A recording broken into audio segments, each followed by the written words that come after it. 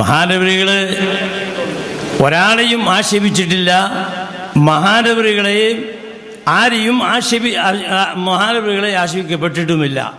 പിന്നെ ചില അപശബ്ദങ്ങൾ ചിലരെന്ന് വന്നുപോയ സംശയത്തിൻ്റെ പേരിലാണ് എന്നാ ഞാൻ മനസ്സിലാക്കുന്നു.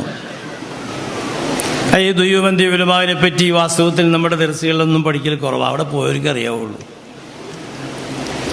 അപ്പോൾ അവരെ പറ്റിയെല്ലാം ഒരു ചെറിയ എന്തെങ്കിലും ഒരു നുക്സാനിയത്ത് കണ്ട് ആ കൂട്ടത്തിൽപ്പെട്ട ആളാന്ന് പറഞ്ഞതല്ലാതെ ഒരു ആക്ഷേപിക്കപ്പെടാൻ വലിയ ഒരു കാര്യവുമില്ലാത്ത ഒരു പണ്ഡിതനാണ് മഹാനായ ഹസരത്ത് അവറുകൾ.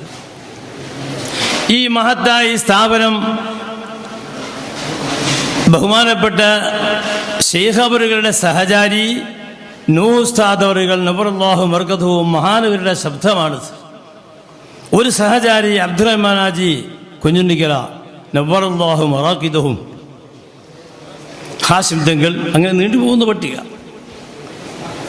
നൂഹ് ഉസ്താദിൽ നിന്നാണ് ദുയ്യൂബന്തി ഉലമാക്കളുടെ സ്വഭാവം ഞാൻ മനസ്സിലാക്കിയതും മുസ്തഫ ആൽമി സാഹിബിൽ നിന്നാണ് അവരോടുള്ളതായ സംശയം എനിക്ക് തീർക്കാൻ കഴിഞ്ഞത്. അതൊക്കെ വലിയ പട്ടികയാണ്. മുഹമ്മദ് മുസ്ലിയാരൊക്കെ അവിടെ ഓതിക്കൊണ്ടിരിക്കുന്ന അവസരത്തിൽ ഞാനന്ന് മുദരിസ, എനിക്ക് ചായ എടുത്ത് നിന്നിരുന്ന ആളാണ്. ഞാൻ മുസ്തഫ അലി സാഹിബിനെ പല പ്രാവശ്യം ഒരു ചായ കുടിപ്പിക്കാൻ വേണ്ടി ചെന്നത്.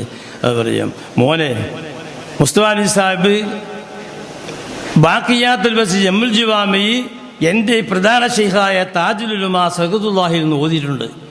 സദക്കയുടെ ശിഷ്യനാണെന്ന് പറയല്ല, പിന്നെ പോക്കറ്റ് കൈയിട്ട് ചായ മേടിച്ചു.